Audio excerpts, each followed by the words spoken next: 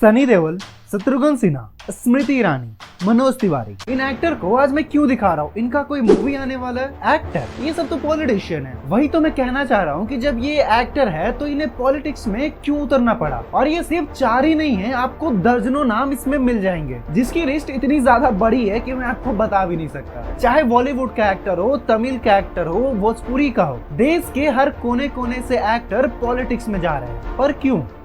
क्या मूवी में करियर खत्म हो रहा है? बट मुझे तो ऐसा नहीं लगता। तो इस क्यों का जवाब आपको इस वीडियो में मिल जाएगा। देखो, कुछ तो ऐसे होते हैं कि जिनका फिल्म फ्लॉप पे फ्लॉप हो रहा हो, उनका करियर सही से नहीं चल रहा हो, और ये भी एक रीजन होता है पॉलिटिक्स में उतरने का, क्योंकि उनका फैन फॉलोइंग पूरे देश भर में होता है, जिसकी वजह से उन्हें आसानी से टिकट भी मिल जाता है। और गोविंदा इसमें परफेक्ट बैठते हैं, क्योंकि उनके करियर में कुछ इशू आ रहा था तो साल 2004 में MP बन जाते हैं। फिर जब 2007 में सलमान खान के साथ पार्टनर मूवी चल पड़ती है तो पॉलिटिक्स को अलविदा कह देते हैं। थर्सडे को अगेन उन्होंने शिवसेना को ज्वाइन कर लिया है।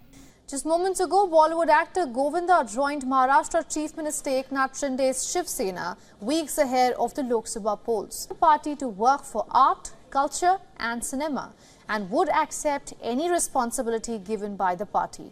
It is being speculated. ऐसे आपको कई सेलिब्रिटी मिल जाएंगे जो टाइम पास के लिए, मनोरंजन के लिए या फिर करियर में किसी इशू के कारण पॉलिटिक्स को ज्वाइन किया हो।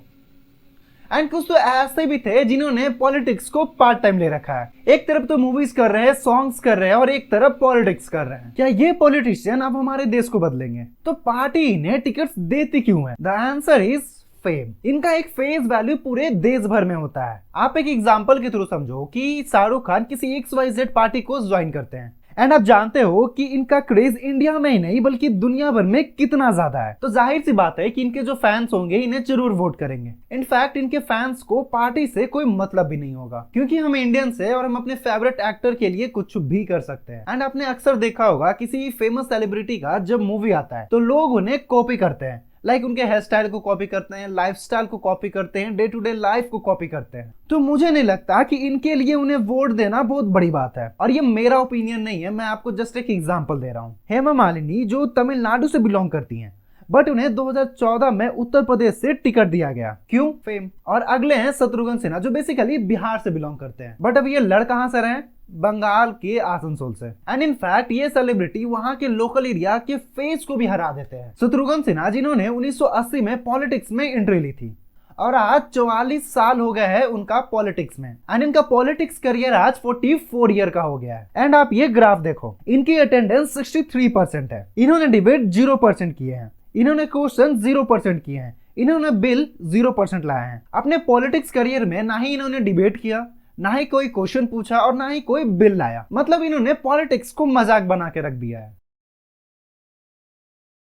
अब इनका देख लो, इनका अटेंडेंस 50% है, इन्होंने 20% डिबेट किए हैं, 105 क्वेश्चन पूछे हैं और बिल 0%। एंड आप इन्हें तो जानते होंगे, ये हैं भोजपुरी के एक्टर मनोज तिवारी। अक्सर आप इन्हें न्यूज चैनल में देखे होंगे। एंड इनका परफॉर्मेंस पॉलिटिक्स में लगभग आप कह सकते हैं ठीक ही ठाक है। अभी हाल में ही भोजपुरी के सुपरस्टार पवन सिंह को आसनसोल से टिकट मिला। Pawan Singh as their candidate from Asansol for the upcoming Lok Sabha polls, the Bhojpuri singer said that he would not be contesting the elections.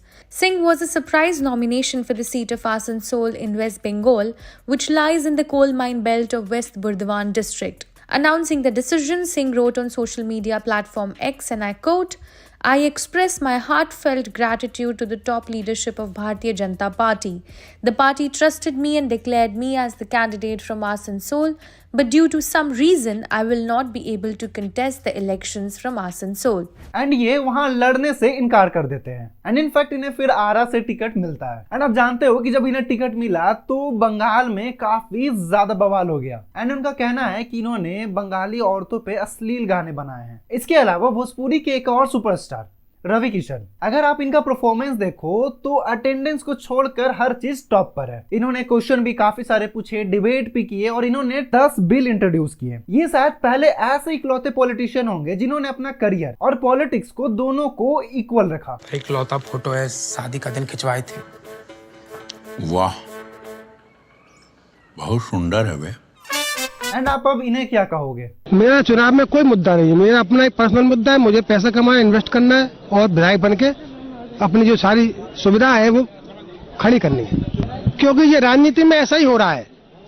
राजनीति में जो आता है पैसा कमाता है, अपना घर भरता है, ऐसा मैं भरूंगा। अब ये सारे पॉलिटिशियन हमारे देश को आगे बढ़ाएंगे। अब आगे मुझे इस पे कुछ नहीं कहना है, तो आई होप कि आपको वीडियो इंफॉर्मेटिव लगी हो। तो मिलते हैं अगले वीडियो में।